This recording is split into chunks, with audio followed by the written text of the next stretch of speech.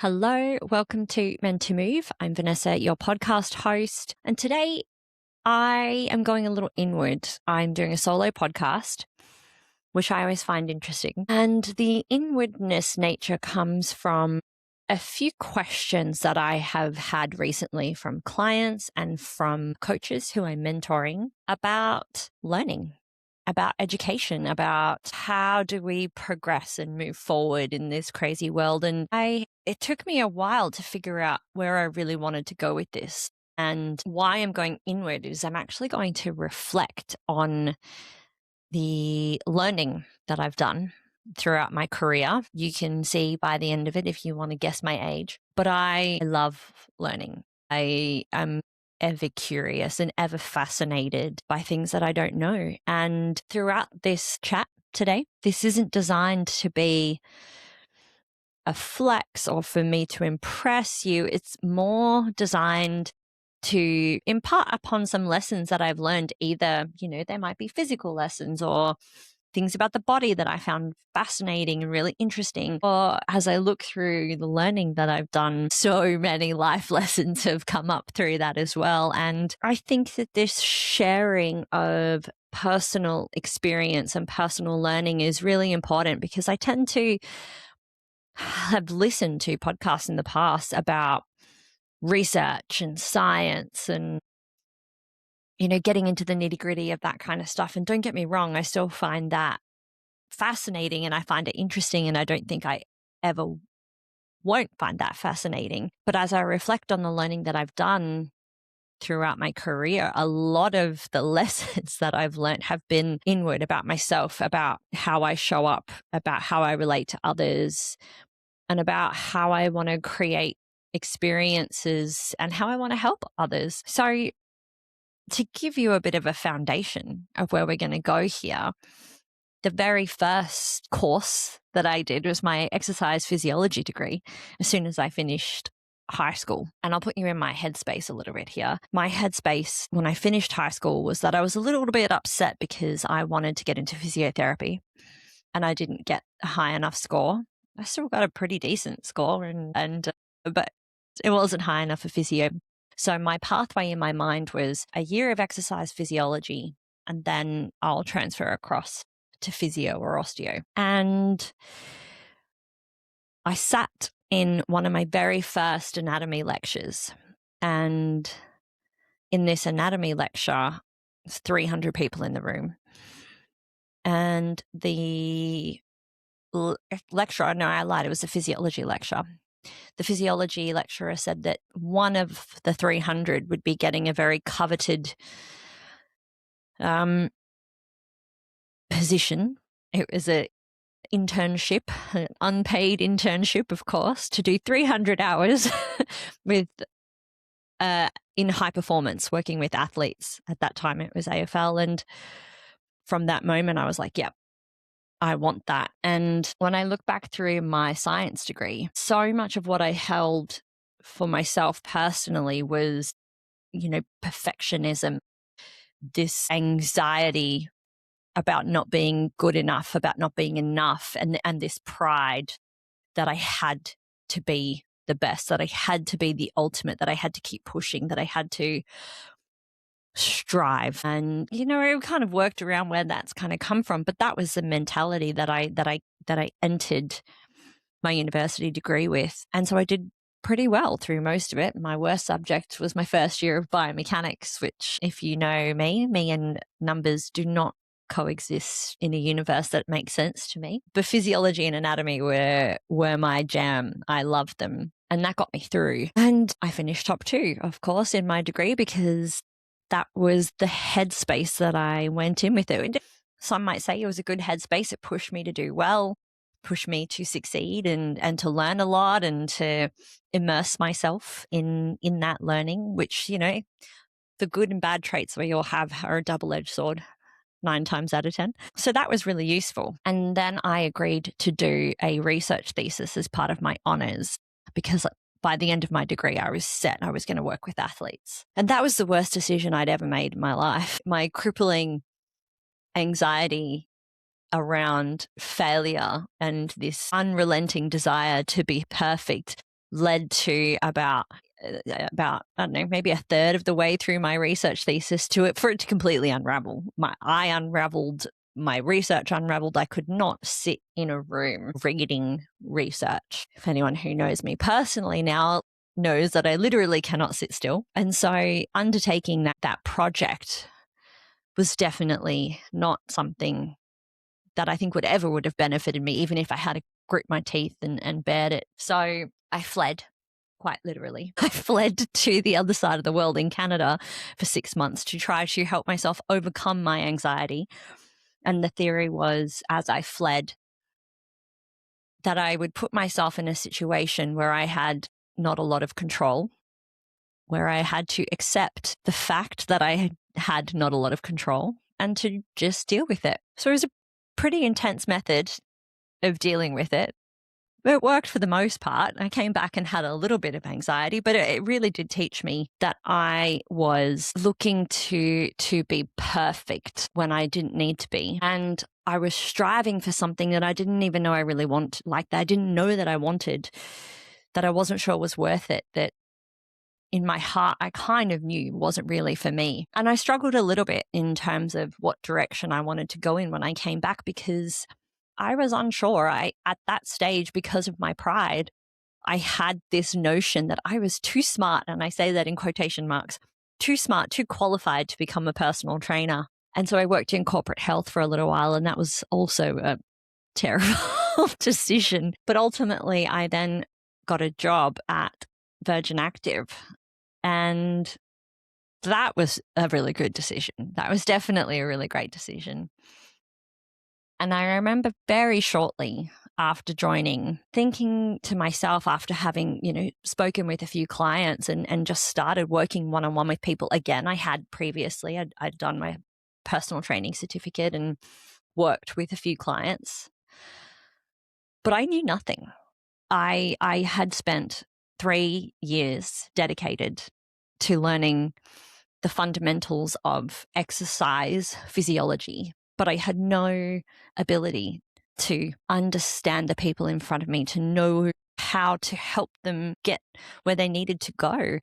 And that was very strange to me, because I felt I had all these qualifications and then it really didn't matter, because what matters when you're face to face with someone is the person in front of you. And the body is so immeasurably challenging to deal with. And then you add the mind on top of that. I've got some learning to do. But luckily enough, that curiosity that I had led me to go, okay, let's do some courses. Let's jump in here.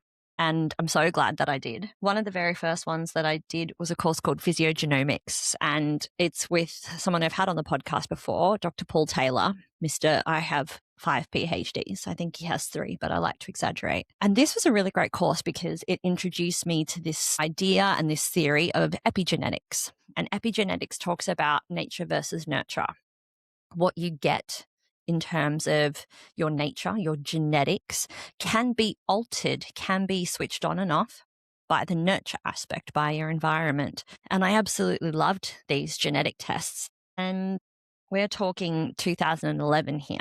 And so if you think about the kinds of DNA testing that we're doing now, I might find it fascinating, the kind of evolution that it's taken. But these were a DNA test that gave us a hugely detailed report. And the idea of this was to give this report to our clients and kind of have a really in-depth, holistic lifestyle coaching kind of format. But the scope was just vast, really vast. And unfortunately, that kind of coaching didn't come to fruition through Virgin Active, just because it was just too much. And even with a physiology background, it was hard to know where to get people started. If you've never heard about epigenetics, I think the main concept that I want you to take away from that is that your genes don't define you. Your environment has way, way, way more control over what happens to you now and in your future, and you can do something about it. So that's a really good one to take away with you. I'm from 2011 and 2013. Call this my expansion era. And I did these courses where I just put my hands up for things that I didn't necessarily know that I was going to do long term, but I found were really interesting. I did a course called effective movement training. And this started my thought process around training outside of the usual machines and squat, push, pull, lunge. How do we move our body as a human? And that was kind of my entry point. I did a course called GymStick Muscle and GymStick for personal training. And again, this was an introduction for me into using tools that were not widespread, that weren't widely used in our industry, that perhaps were a little bit niche. And it literally was just a stick made of aluminium, I think. And I had two elastic bands that came off the end of them, and different sticks, different colors meant that they were different resistances. And I loved it. The GymStick class that I took was to music, and I taught a room full of people for years and years on end with GymStick, and it was amazing fun. And I think from that very early time, that was there to realize that there was so much more to exercise, even in a gym, than just the machines that are in front of you. And that is something that I am definitely super passionate about still. And from there, I did a BOSU qualification. If you know what BOSU is, it's a half Swiss ball with a flat kind of surface on one side of it, so that when you stand on it upside down, it's unbalanced. Although you're not meant to stand on it upside down, you're meant to stand on it with the ball side up. And I had a master coach who would then end up being one of my mentors and friends for a really, really long time. And I just loved this concept of moving in a strange and interesting way. And I think we can be so guarded and so nervous to appear different or weird or look silly when we're doing things like exercise. And I understand in a big gym environment that that's a pretty big concern for a lot of people. And so I love where I'm coaching people now, because we've created a space where you can be a bit silly and where you can play and where you can try and where you can fail, and no one laughs at you. It's not intimidating. It's all just a part of the process. And I can see that these courses in my early personal training years really expanded that for me, really took that for me, which is cool. I also did aqua instructing, aqua classes. And I've said it before, and I will say this again, aqua training or training in water is one of the most underrated forms of training that there is available to us. I'm an ex-swimmer, and outside of just the swimming piece, exercise in water is extremely fulfilling and extremely challenging. And I just wish that people did not think of aqua aerobics as something for an older population. And I have taken many a client for water-based training, whether it be for performance or whether because of injury or whether because it's just something that they really enjoyed. And I kind of miss having access to a pool for the ability to immerse myself again in these kinds of different styles of training, because you can just feel so much safer in water, and there's so much ability to express your body in ways that you can't do on land as well. So if you ever have reservations about aqua training, think again, give it a go. Do not judge it until you have done it. It is one of the best ways to train, full stop. Then towards the end of this 2011-2013 period, I was introduced to a company called Personal Training Academy, and I was introduced to some movement courses called ZOO and Anchor. And this was really kind of the end of that expansion for me. This was where I went on a mentorship up in Noosa. And the mentorship introduced me not only to the world of fascia, but introduced me to behavior change in exercise. And I really found why I loved working with people and movement. It was a hugely transformative weekend, hugely transformative. I was working as the group exercise manager. I was managing 250 classes a week, and I was feeling pretty run down and a bit stuck. And to go away with a group of people and to learn and to quite literally have your entire framework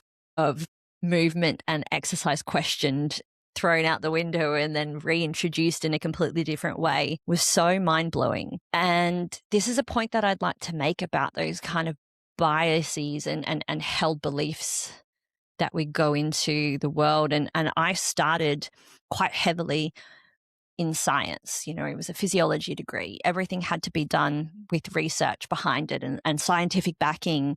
And then I went to these courses where there's still science, but there was theory of change and behavior and theories of expressing something in our body that the science couldn't yet explain. And that to me was the answer. I had to explore this further. I had to go down into this world of fascia. I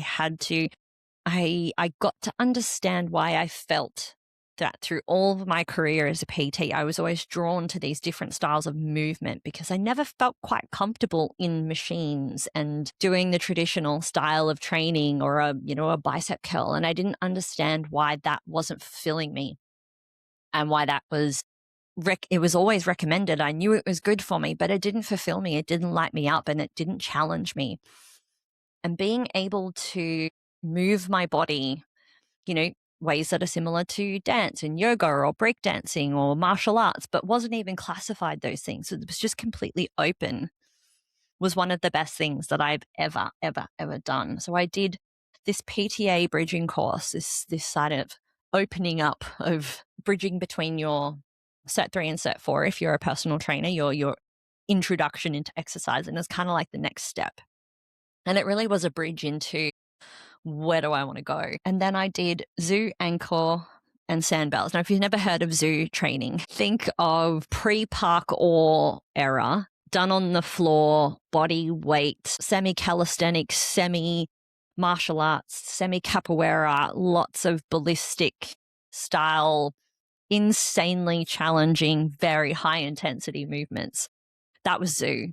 And then we decided to do all of that with a heavy vest on that was resisted with bands. And in these specific courses, this is where I learnt to become a master trainer for the first time. So this is where I started to learn to coach other coaches. I have never experienced exercise that has pushed me so far into exhaustion, into emptiness, that I didn't think that I had anything in me. And then to be asked to go again as hard as I could and finding something within myself to go again and again and again, that was an extremely, extremely important course for me.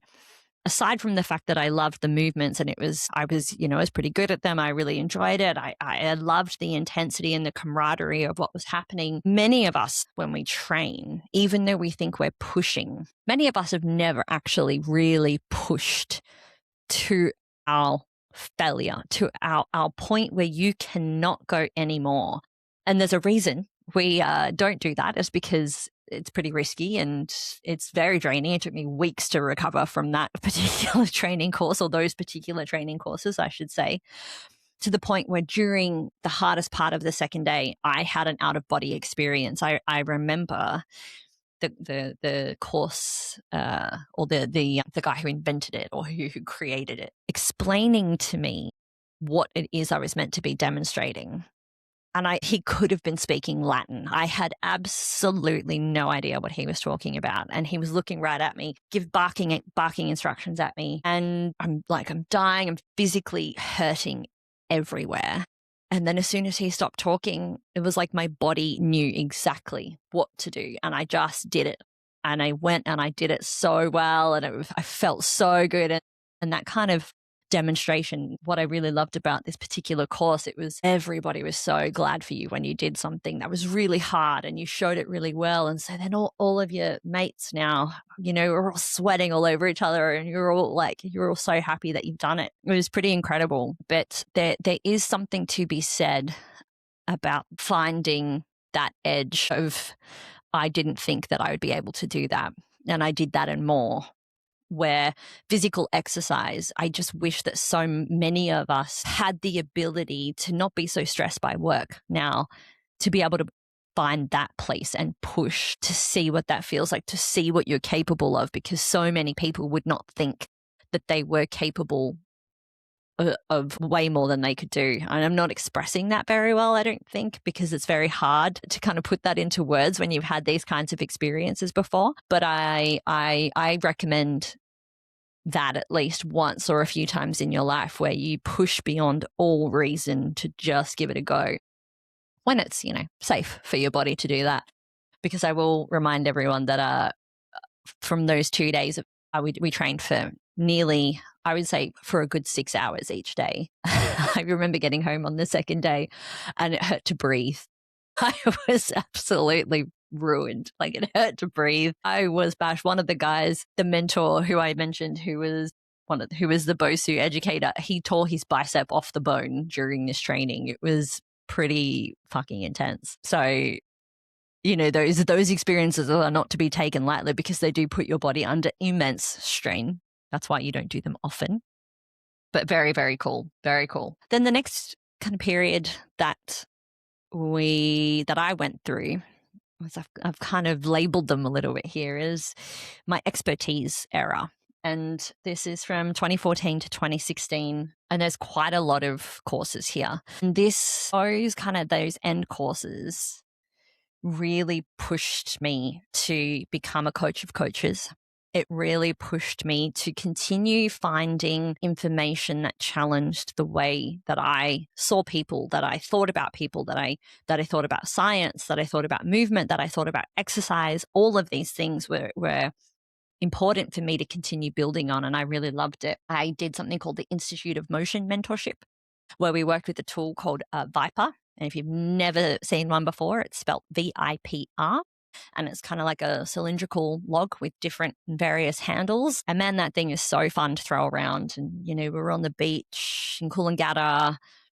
It was an awesome mentorship with an incredible, incredible coach. And I also want to pause here about, I think the reason why retreats now are so popular is because there is something so incredible about going away to connect with people to learn something, people who want to learn the same thing that you want to learn. Those experiences, those kind of mentorships that I had where I was able to immerse myself fully for a few days, some of the best experiences that I've ever had. And if you've never done a retreat, if you've never had that kind of experience before, I highly, highly recommend it. Wherever you can kind of get that'll expand you, for sure, do it. I also went to Bangkok to do a Peter Twist functional training certification, and this working with bands, we're working with a whole bunch of different tools. This was my first overseas training where I got to meet a huge contingency of trainers from all over Asia. And that was amazing, like just seeing that kind of global fitness world where, again, you don't speak the same language, but you all move the same way and you can all express movement the same way. There's something so amazing about meeting people from different cultures and knowing the same thing in your body, in your mind, in your heart, that you love to express yourself through movement. It's really cool. I did lots more master training certifications here. I did something called a Stroops master training certification where we had various different lengths and thicknesses of bands that you would attach to yourself or you'd attach to different attachment points. And I would coach this to coaches all over Australia and New Zealand. And these experiences, even though I was coaching others, I learned so much from the people that I was coaching, from the places that I traveled to, seeing all of these interesting places, because there's no growth like connection and talking to people whom you'd never actually get to associate with on a day-to-day basis. And I think that's where travel is so amazing. If you put yourself out there into the world and you just talk to strangers, they're some of the best experiences of your life, regardless of whether they're in a learning environment or not. I then continued with Personal Training Academy with PTA, this further advanced biomechanics and fascial course, because I was in it now. Like, fascia was the thing that I was talking about. I was obsessed. I still am. If you are interested in any kind of fascia information, there's podcasts back on Meant to Move last season. Check them out with Ian O'Dwyer. And he was the man teaching me for this kind of stuff. So these mentors that I had are now like my lifelong friends. And I'm so grateful for that as well, because these people changed who I was as a coach, gave me all of this information, but we continue to learn and grow off each other. And I think that is so amazing when you find mentors or people who really influence you like that. You got to hold on to those people. They're incredible. I did the scariest course ever. with these guys from PTA where we learnt how to become a more effective communicator. It was a presenter course, and I was the baby presenter on the course, and there was quite a lot of people in the room. I think there was between 40 and 50 people in the room. And again, it was a weekend where we had a day of learning and then another half day of learning, and then we had to kind of show back our skills. And I remember having to be one of the people to present back to receive feedback. There was only about 10 or 15 of us, I think, who were PTA coaches at the time, who got the chance to be critiqued on their presenting skills in front of this room of 40 or 50 people. And I was shitting myself. I had all my mentors in the room. I had all my peers in the room. And I remember planning it all in my mind, what I was going to do, what I was going to say. And then, 2 people before me, the feedback wasn't so good. And I remember like my mouth was so dry, my hands were so sweaty. And I looked at my notes and I've gone, no. And I just threw my notes out and I just went with my gut and presented with my body, essentially. I played a game. I moved. I allowed my body quite literally to do the talking. And I enjoyed it much more. I was still shitting myself. I remember the feedback that I received was that they could tell that I went with my gut, that they could tell that by moving my body as I presented, that was a really effective way to communicate. And that was the biggest lesson in that, was go with your gut.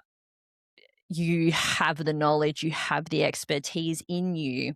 Even if you can't access it right then and there, it's always there. It's hidden inside you. And to just trust yourself enough to go with it, because even in those situations where you feel so judged, so acutely aware of every person's opinion and every person's eye on you, those are the best opportunities to just go for it and to be seen as yourself, to show yourself. And I was really glad that I did that there, because then I just had so much trust in my ability to be myself as an educator and as a presenter and as someone who loves to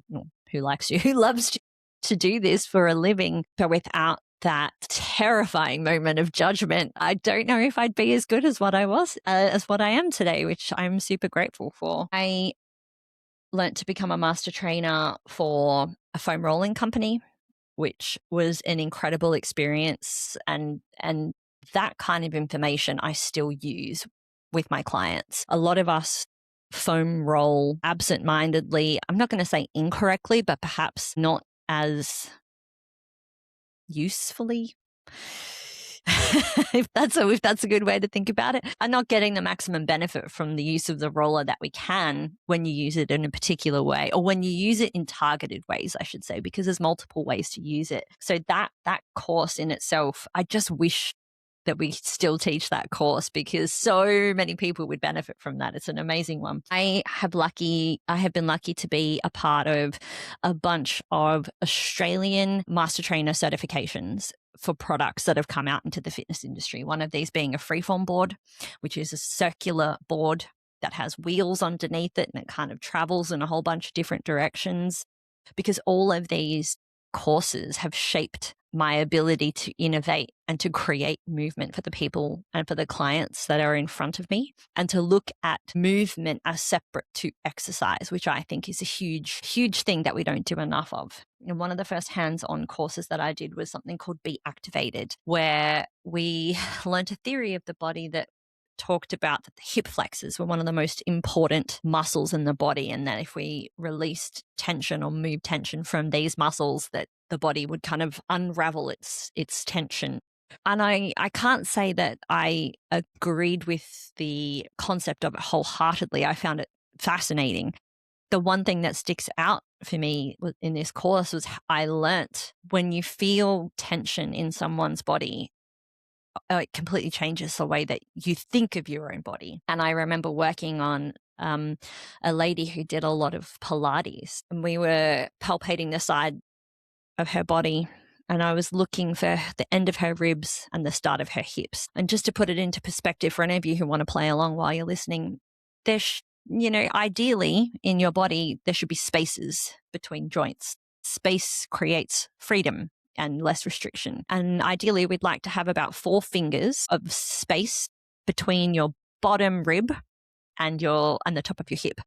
And so you can kind of have a play. If you're seated, it's a bit harder. It's better when you're laying down. I'm not going to lie. But I remember palpating and I was really confused. And I called over the instructor and I said, I can't find what's happening here. Like, I don't understand. And he came over and he palpated this lady and he's like, yeah, no wonder you don't understand. Her bottom rib is sitting on top of her hip. Like, she has compressed herself so much through tension that there is no space. And that blew my mind because we're so unaware of the goings on or the inner workings of our body. We just expect it to function and we take it for granted that it functions in a certain way.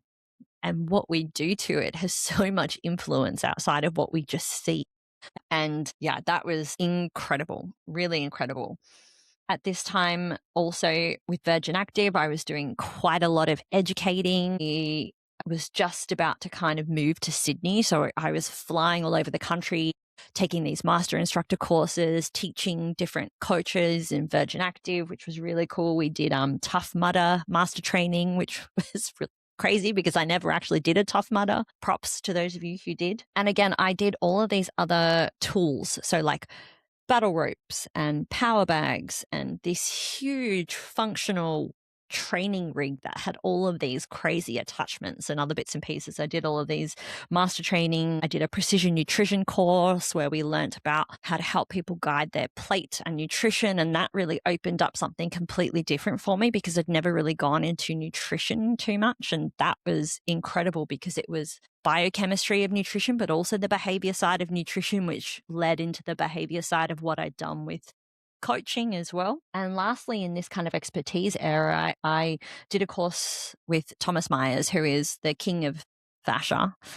He's got a book on the shelf there that I've read a million times called a body reading course. And this was probably the most, if not one of the most influential courses that I have used to be able to look at someone, watch their movements and know somewhere in my body and in my brain how to start to help them through their pain, through their suffering, through their illness, through their injury, foam rolling, and using all of these other courses to find the right tool that matches them. But this one course, this body reading course, was the key that I really needed to be able to see people and see motion in a way that allowed me to fit all of these other pieces together, which was huge. And I think that this course in itself, when you're learning, whether you're a coach or whether you're just someone who enjoys learning, we always have that kind of light bulb moment where we go,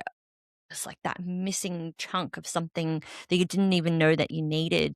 And while I'm talking about practical learning, I think this learning can be done in a huge number of ways.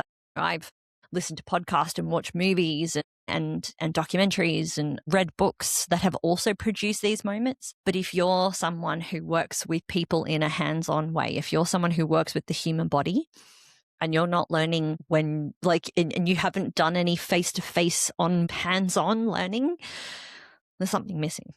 There is something definitely missing. And my roundtable experts, my coaches who I've enlisted to talk about various amounts of subjects, we are so sad that there is not that much hands-on learning.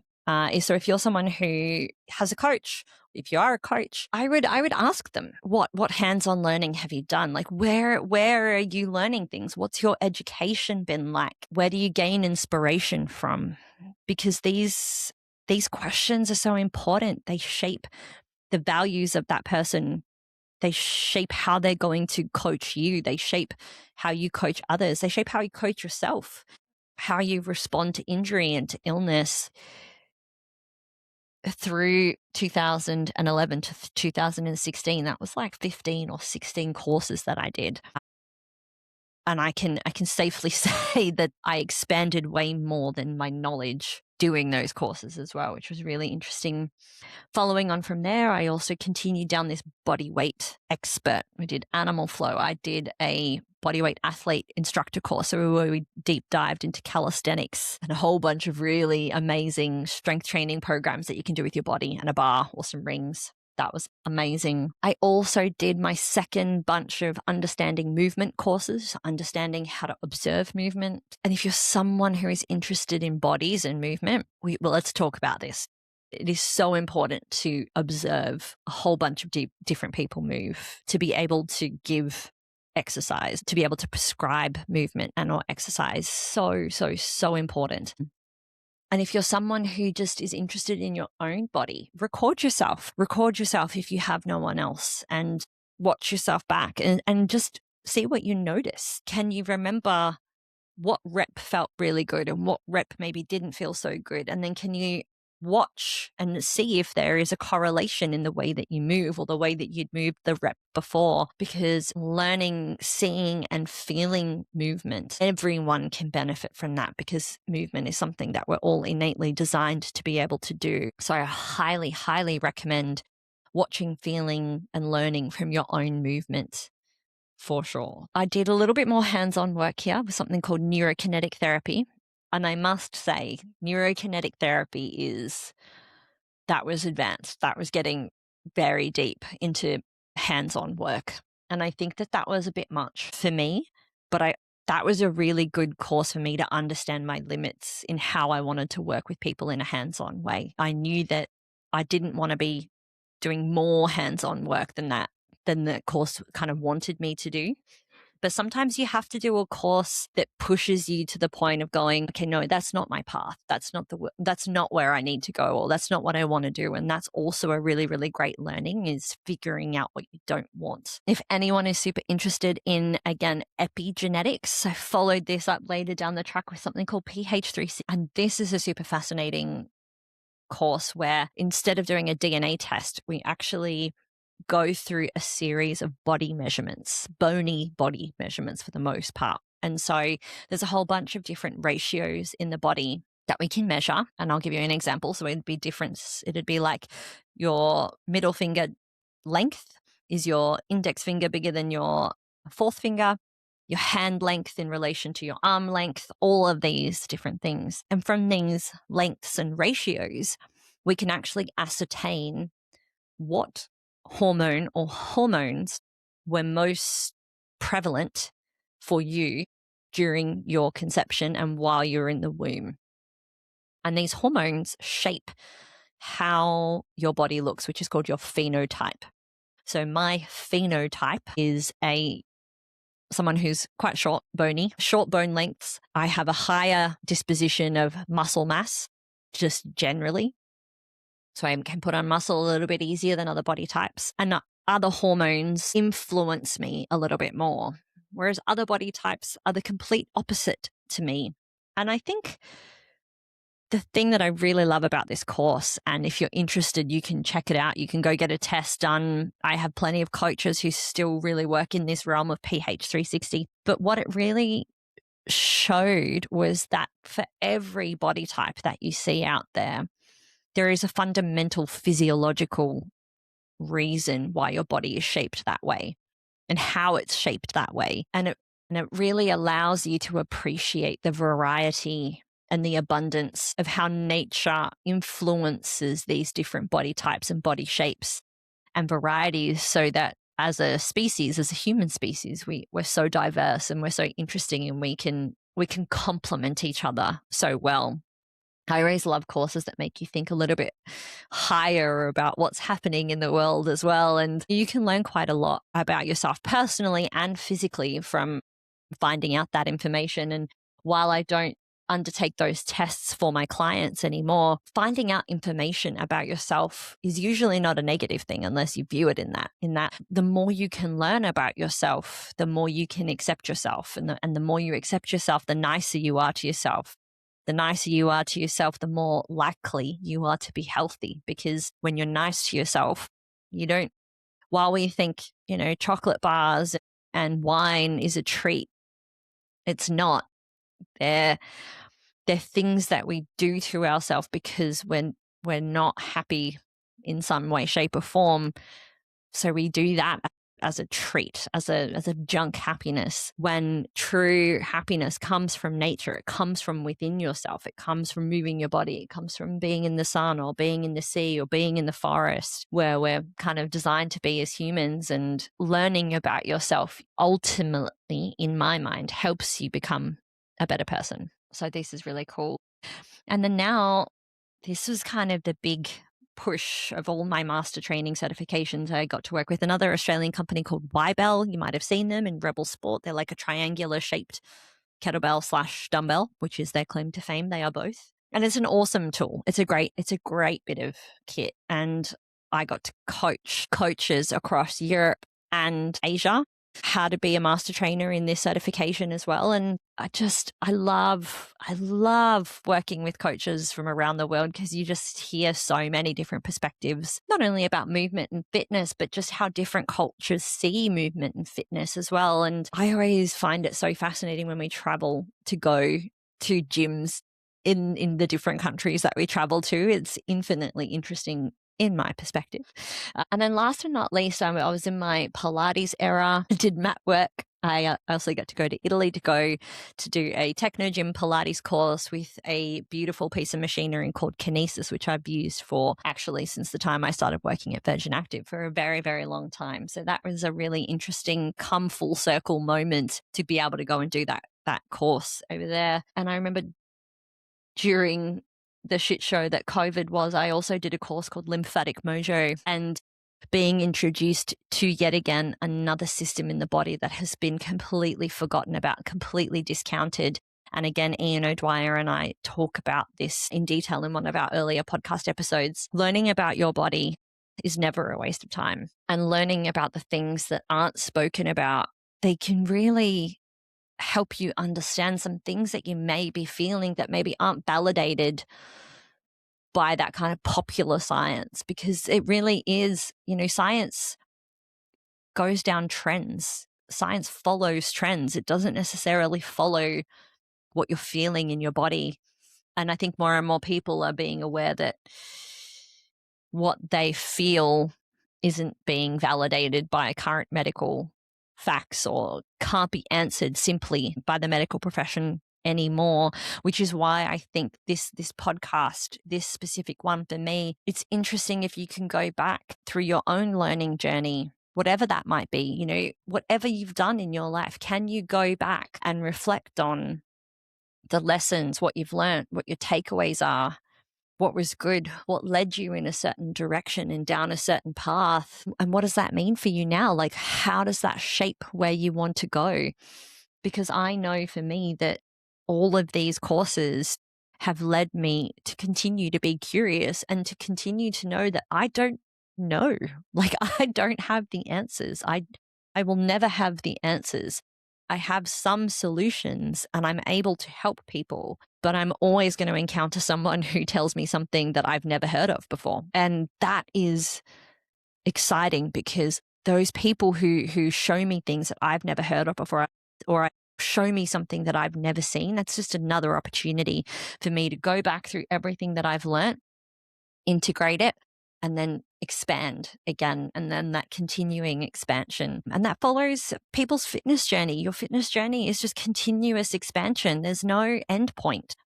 What can my body do now in this phase of life? And how is that different to other phases of life? And what my body could do in my 20s is a little bit different to what it can do now, but it's not a bad thing. It's just different. So I hope that this podcast has been able to send you on your own path of reflection, perhaps inwards within your own body, or somewhere that you didn't know that you wanted to go, or somewhere that you want to explore. So if you have any questions about any of the courses that I have done, or any of the people that I have encountered across my journeys through health and fitness that you want to get in contact with, now's your chance to contact me. Thank you for your ears. Thank you for your eyes. Thank you for your soul. I appreciate you. Have a beautiful day. Are you located in Sydney?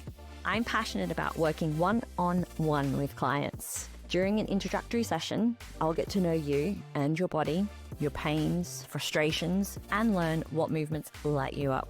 We'll then get right to work, getting you moving in new and unique ways that will help you find pure joy and fulfillment with movement. Click on the Work With Me link in the show notes and let's get started.